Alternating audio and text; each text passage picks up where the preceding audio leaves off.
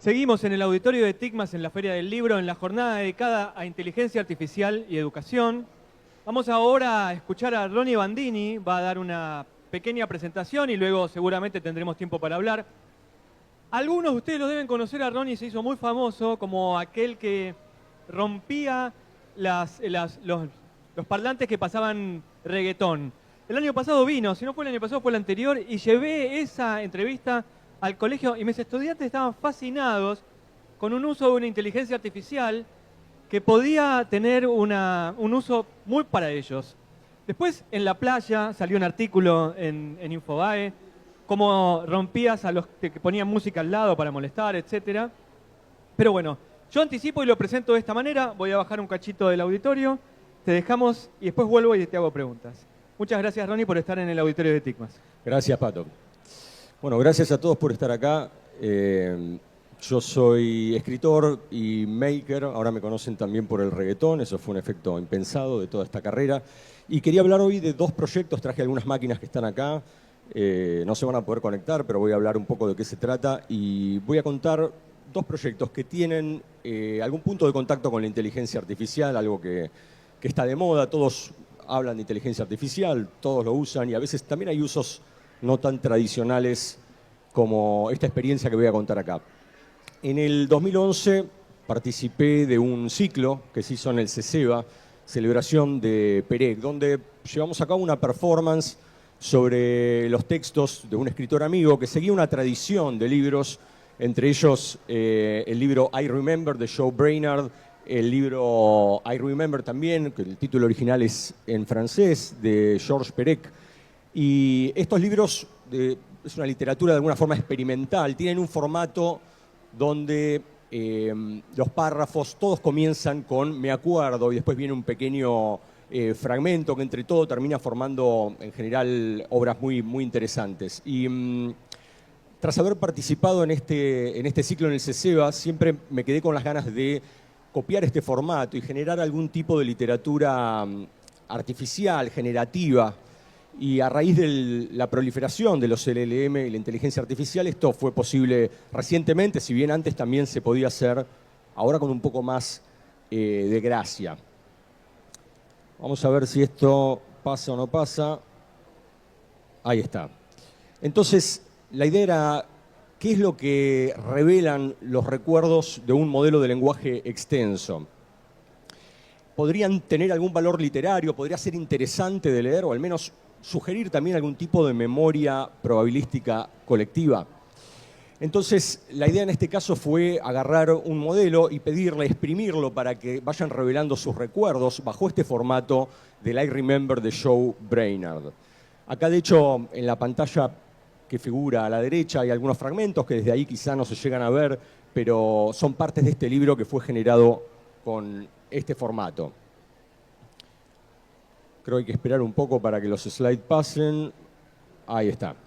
Entonces, el procedimiento fue el siguiente. En primer lugar, los modelos que comúnmente usamos son modelos que tienen bastante censura, inclusive bastante sesgo, lo cual para muchos casos, para las empresas que los ofrecen, como OpenAI, en el caso de ChatGPT, esto es deseable para que la información que genera no sea polémica. Pero en el caso de literatura, no sé si habrán probado alguna vez pedirle a ChatGPT que genere algún párrafo en literatura, suelen ser textos de alguna manera bastante aburridos, llenos de lugares comunes. Entonces, el primer paso fue correrme de ese lugar y descargar un modelo uncensored. Esto quiere decir, para entender brevemente en el timeline de estos modelos, uno tiene un preentrenamiento, que es lo más costoso. Después hay otras etapas posteriores. Se puede hacer un reinforcement, un fine tuning, pero en este caso lo que hacen es sacarle esas capas y permitir chatear con el modelo sin esa censura que tienen los modelos más comunes con los que uno interactúa. Entonces bajé esta aplicación que se llama Oyama, o Llama en inglés le dicen, y después ubiqué un modelo uncensored para empezar a trabajar sin tener esas restricciones y ese estilo que comúnmente nos da, por ejemplo, ChatGPT. A este modelo lo que hice fue pedirle en un loop varios prompts para que libere esta información de cuáles son sus recuerdos. Esta es la pantalla posterior, a ver una anterior.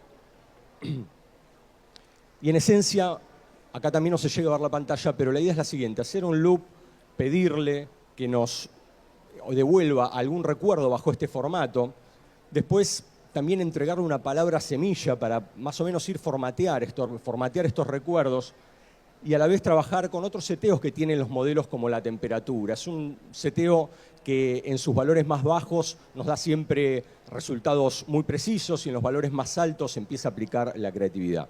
Entonces, ecualizando todas estas variables, por ejemplo, pedido de literatura a un modelo que en general suele no devolver nada interesante, empieza a funcionar.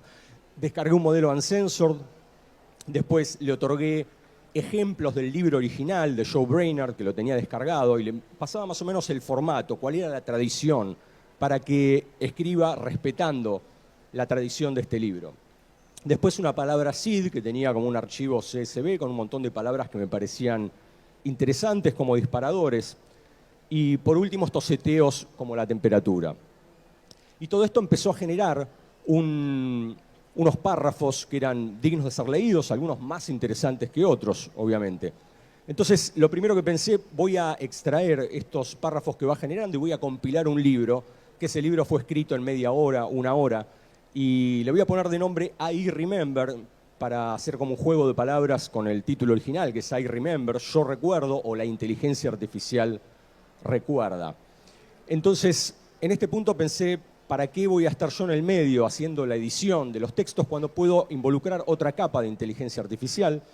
Y lo que pensé hacer acá entonces es, ¿qué tal si cada párrafo que va siendo generado, en lugar de evaluar yo si vale la pena que forme parte de un PDF, de un libro compilado, qué tal si aplico otro modelo y le doy la tarea de que los edite, que de acuerdo a un criterio le vaya dando puntaje y determine cuál de estos párrafos merece ser tomado en cuenta para la compilación de este libro? Y acá hay un ejemplo de uno de los criterios que usé. Sos un editor, responde con esto, si el estilo te gusta, 2 puntos, si es un párrafo corto, porque a veces, por más que uno ponga restricciones en el prompt, no suelen funcionar a veces muy bien. En general, las instrucciones más hacia lo positivo son las que se toman en cuenta. Y de acuerdo a este puntaje, lo que hice fue extraer y decidir cuáles iban a formar parte de esta compilación. Todo esto fue entonces compilado en un PDF que lo pueden descargar o lo pueden leer online. Hasta ahí está la dirección donde lo van a encontrar.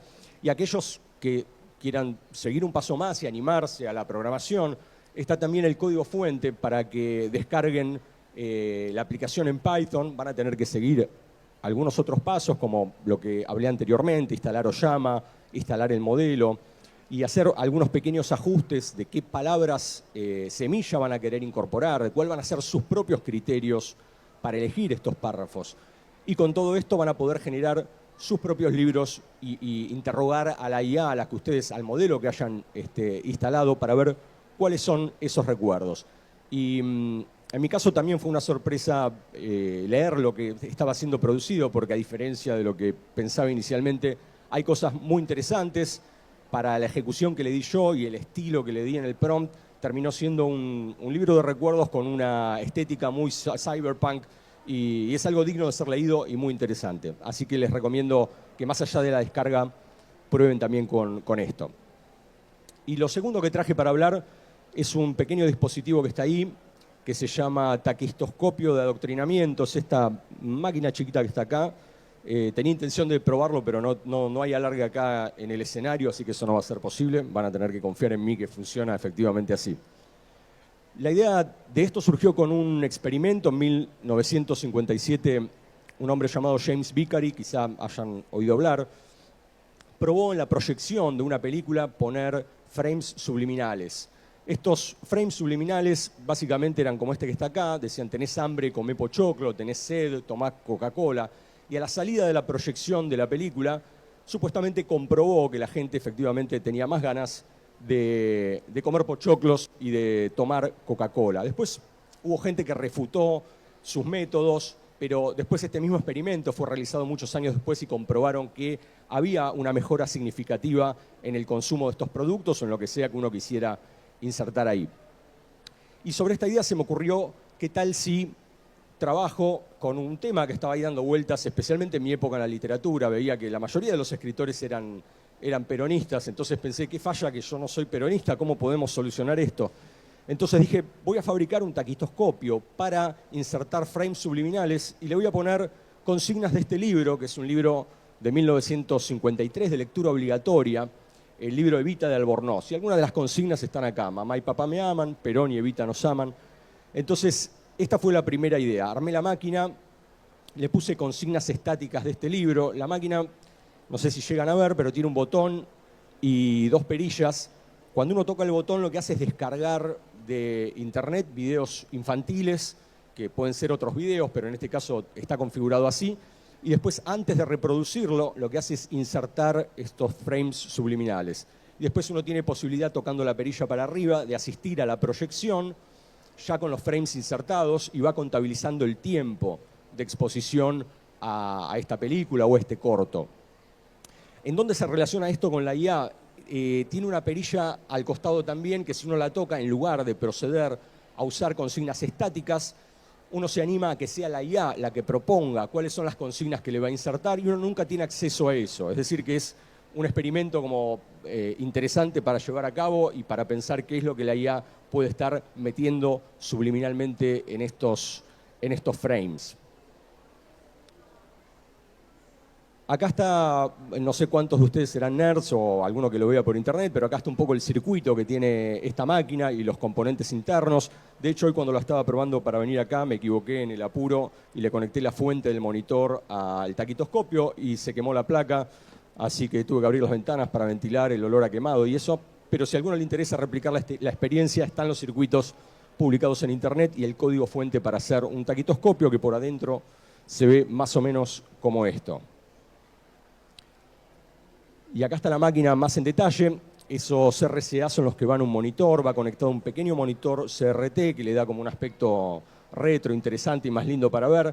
La perilla que está al costado es para el play y el pequeño switch es el que decide si usar ChatGPT o no para generar e insertar estas consignas. Después traje a ver, no sé si pasaron dos, vamos a ir acá. Traje también esta infografía de Ojo que Piensa, que trabajamos en conjunto, algunos malos entendidos que hay en relación a la IA. Estos son apenas dos proyectos, yo tengo muchas máquinas más que hacen un uso no convencional de la inteligencia artificial. Y siempre me resulta interesante ver los malos entendidos que hay alrededor de esto. Entre ellos, en principio, siempre hablar de IA como sinónimo de ChatGPT, y la IA, no sé si todos lo saben, pero obviamente es mucho más que ChatGPT, en tanto ChatGPT es apenas un producto, y después es un producto de una rama, y la IA inclusive tiene otras ramas, y obviamente por cada rama hay muchísimos productos diferentes. Después no tiene como objetivo ser veraz, acá podemos ver alguna confusión en un tuit reciente, que gente decepcionada porque le miente, sin entender que en realidad no es el objetivo de un LLM, como es en este caso ChatGPT, ser veraz. Y uno tiene que estar siempre atento a este tipo de cosas. No tiene moralidad o emoción. Hay mucha gente que está estableciendo esas relaciones que es difícil resistirse, un poco sentimentales con ChatGPT a través del modo de audio, como si fuera un novio, como si fuera un amigo. Y esto en general tiene un punto de contacto con una de las primeras experiencias de chatbots, que es el chatbot Eliza, que es de los años 50, donde la secretaria de la persona que lo programó, aún sabiendo exactamente cómo funcionaba el programa, no podía dejar de sentir que efectivamente tenía, en ese caso, un terapeuta de la escuela rogeriana. Y esto pasa hasta el día de hoy, donde es difícil, por más que uno entienda cómo funcionan estos sistemas, resistirse a que efectivamente hay alguien ahí conversando con nosotros. Después este tema también no piensa, lo que hace es predecir la siguiente palabra. Son motores de predicción muy complejos, muy sofisticados, pero no dejan de ser eso. Después, también esto no aprende con las conversaciones. El learning, el aprendizaje, se da en la etapa del preentrenamiento. Y todo lo que pasa después, cuando uno le dio un documento o mencionó algo 3 semanas atrás, eso no lo aprende el modelo, sino que recurre y accede a esa información para mantener la conversación. Y después puede generar respuestas coherentes de temas que no entiende en absoluto. Esto también es importante porque a veces uno piensa, no, sabe un montón de programación, sabe un montón de otras cosas que en realidad en esencia no las comprende y aún así la respuesta que nos da es totalmente coherente. Y después el otro tuit que pegué acá es un tuit creo que del año pasado, efectivamente, donde me llamó la atención también esta idea que en las artes existe mucho de la inteligencia artificial va a voltear un montón de cosas, pero jamás va a poder con la subjetividad y con esa cosa única que tienen las personas, como hacer arte, y en definitiva fue lo primero que puede hacer, y todo esto que dice acá de combinar esas palabras es obviamente algo que la IA puede hacer. Bueno, con esto ya voy redondeando. Pato, no sé si querés... listo, ok. Si a alguno le interesa estas máquinas y este tipo de proyectos donde hay un uso alternativo de la inteligencia artificial, en mis redes me pueden buscar como Ronnie Bandini. Están estos proyectos y aparte de esto van a poder ver también no solamente el proyecto terminado, sino descargar el código y tutoriales para los que quieran replicar la experiencia. Muchísimas gracias y buenas tardes.